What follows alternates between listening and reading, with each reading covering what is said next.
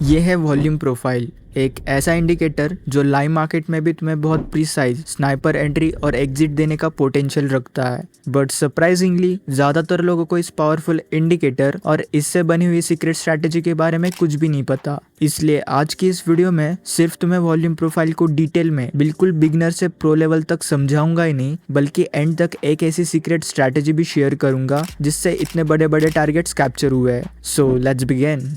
तो सबसे पहले इंडिकेटर को हम चार्ट में ऐड कर लेते हैं। उसके लिए मैं ट्रेडिंग व्यू पे आ गया हूँ। अगर तुम्हारे ब्रोकर में वॉल्यूम प्रोफाइल अवेलेबल नहीं है तो तुम ट्रेडिंग व्यू में इसे बिल्कुल फ्री में एक्सेस कर सकते हो।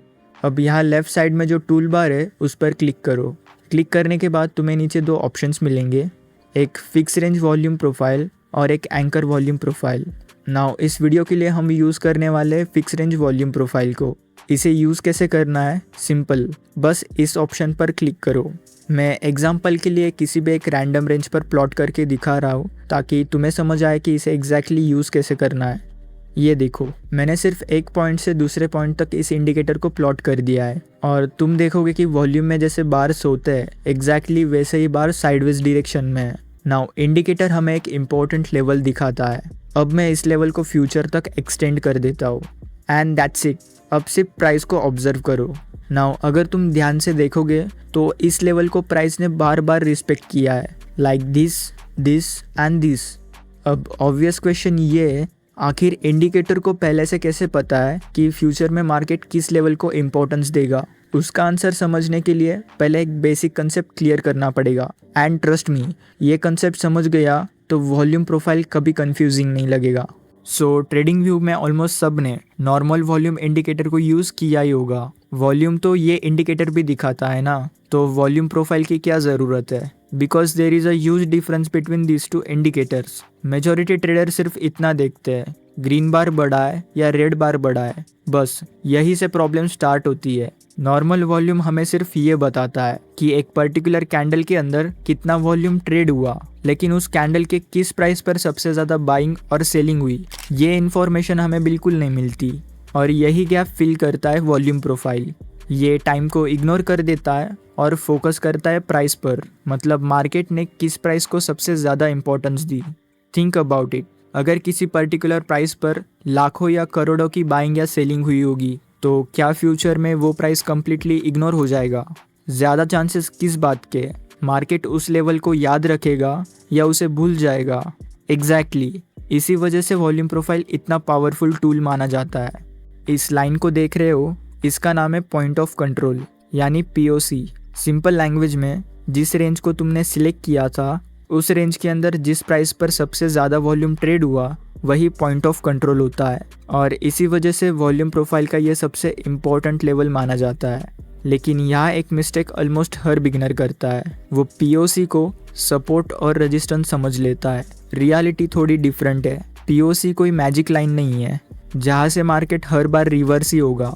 ये सिर्फ एक हाई इंटरेस्ट एरिया बताता है, यानी मार्केट ने इस प्राइस को इम्पोर्टेंस दी थी। अब जब फ्यूचर में प्राइस दोबारा यहाँ आता है तब हमें ब्लाइंडली ट्रेड नहीं लेना, हमें देखना है मार्केट इस लेवल पर रिएक्ट कैसे करता है और इसी रिएक्शन को यूज़ करके हम हाई प्रोबेबिलिटी एंट्रीज ढूंढ सकते हैं। लेकिन और एक चीज़ मुझे तुम्हें बतानी है, अगर इस इंडिकेटर पर डबल क्लिक करके सेटिंग ओपन करते हैं तो यहाँ स्टाइल टैब के अंदर तुम्हें दो और ऑप्शंस देखने को मिलते हैं, VAH एंड VAL। अगर इन दोनों को भी ऑन कर दे तो चार्ट में दो और लाइंस ऐड हो जाएंगी और अगर इन दोनों लाइंस पर भी सेम तरीके से हॉरिजॉन्टल लाइन प्लॉट कर दे तो तुम यहाँ पे भी देखोगे कि प्राइस ने एग्जैक्ट पॉइंट टू पॉइंट इन्हीं लेवल्स को रिस्पेक्ट करके मूव दी है। मोस्ट ऑफ द टाइम यही लेवल रिस्पेक्ट होते हैं। लेकिन ये क्या चीज़ है? VHA का फुल फॉर्म है वैल्यू एरिया हाई और VAL का फुल फॉर्म है वैल्यू एरिया लो। अब सवाल आता है, ये वैल्यू एरिया होता क्या है? अगर तुम हिस्टोग्राम को ध्यान से देखो तो नोटिस करोगे कि ऊपर के जो बार्स है उनका कलर थोड़ा फेडेड है और नीचे के बार्स का कलर भी थोड़ा फेडेड है, लेकिन बीच के जो हिस्टोग्राम बार है उनमें प्रॉपर कलर देखने को मिलता है और एग्जैक्टली इसी बीच वाले एरिया को वैल्यू एरिया बोला जाता है। इसका मतलब है सबसे ज़्यादा वैल्यू इसी एरिया में ट्रेड हुई थी।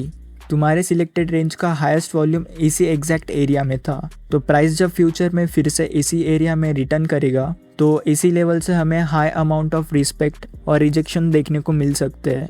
अब सबसे इम्पोर्टेंट क्वेश्चन, वॉल्यूम प्रोफाइल को चार्ट पर ड्रॉ कहाँ करना है, क्योंकि अगर यहाँ गलती कर दी तो बेस्ट इंडिकेटर भी यूजलेस लगने लगेगा। बहुत सारे बिगनर्स क्या करते हैं, रैंडम कैंडल सिलेक्ट करते हैं, रैंडम रेंज को ड्रॉ करते हैं, देन वो कंप्लेंट करते हैं इंडिकेटर काम ही नहीं करता। वॉल्यूम प्रोफाइल को मेनली 2 जगह यूज़ करना चाहिए। पहला प्रॉपर स्विंग के ऊपर, मतलब जहाँ मार्केट क्लियरली स्विंग लो से स्विंग आए या स्विंग हाई से स्विंग लो मूव किया हो। दूसरा कंसोलिडेशन के ऊपर, जहाँ प्राइस कुछ टाइम तक एक रेंज के अंदर मूव कर रहा हो। बस इन दोनों सिचुएशंस में इंडिकेटर मार्केट की सबसे वैल्यूएबल प्राइस लेवल्स को आइडेंटिफाई करने में काफ़ी इफ़ेक्टिव होता है।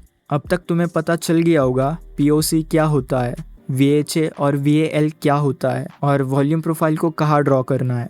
लेकिन ऑनेस्टली ये सिर्फ आधा नॉलेज है। असली गेम अब स्टार्ट होता है जब इन लेवल्स को प्राइस एक्शन के साथ कंबाइन किया जाता है। अब फाइनली देखते हैं ये सारे कंसेप्ट्स एक रियल ट्रेड में कैसे यूज़ होते हैं। इस चार्ट में हमें क्लियर बुलिश स्विंग दिख रहा है। मैं स्विंग लो से स्विंग हाई तक fix range volume profile draw करता हूँ। जैसे ही वॉल्यूम प्रोफाइल अप्लाई होता है हमें 3 इंपॉर्टेंट लेवल्स मिलते हैं, POC, VAH और VAL।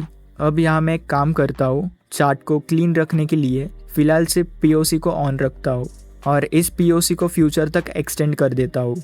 अब बस मार्केट को ऑब्जर्व करो। प्राइस रैली देने के बाद धीरे धीरे वापस इसी POC जोन के आसपास आता है, लेकिन ध्यान देना मैं अभी भी एंट्री नहीं ले रहा हूँ। क्यों? क्योंकि सिर्फ किसी लेवल तक प्राइस का आ जाना ट्रेड लेने की वजह नहीं होती। अब देखो, इसी POC के आसपास पहले का रेजिस्टेंस लेवल भी प्रेजेंट है। प्राइस उस रेजिस्टेंस को क्लेम करता है और एक स्ट्रॉन्ग बुलिश रिजेक्शन कैंडल बनाता है। अब हमारे पास 2 कन्फर्मेशंस है, एक वॉल्यूम प्रोफाइल का, दूसरा प्राइस एक्शन का। और जब 2 इंडिपेंडेंट रीजन एक ही डायरेक्शन में सपोर्ट करते हैं तब ट्रेड की क्वालिटी काफ़ी इंप्रूव हो जाती है। लेकिन एक कन्फर्मेशन और बाकी है। राइट नाउ मैं अभी 1 आवर के चार्ट पर था, लेकिन मैं इसे एग्जैक्ट जोन को लेकर 15 मिनट टाइम फ्रेम पर शिफ्ट करता हूँ। ध्यान देना, यहाँ नया वॉल्यूम प्रोफाइल ड्रॉ नहीं करना, हाई टाइम फ्रेम का लेवल ही यूज़ करना है। अब मार्केट को ऑब्जर्व करो। प्राइस POC जोन के अंदर कंसोलिडेशन बनाता है, उसके बाद लोअर हाइज ब्रेक करता है और फाइनली एक strong bullish breakout candle close होती है। यह हमारा एक्चुअल कंफर्मेशन है। इसी कैंडल के क्लोज के बाद एंट्री कंसिडर की जा सकती है। Stop loss recent swing low के नीचे और टारगेट नेक्स्ट रेजिस्टेंस या मिनिमम 1:2 रिस्क रिवॉर्ड।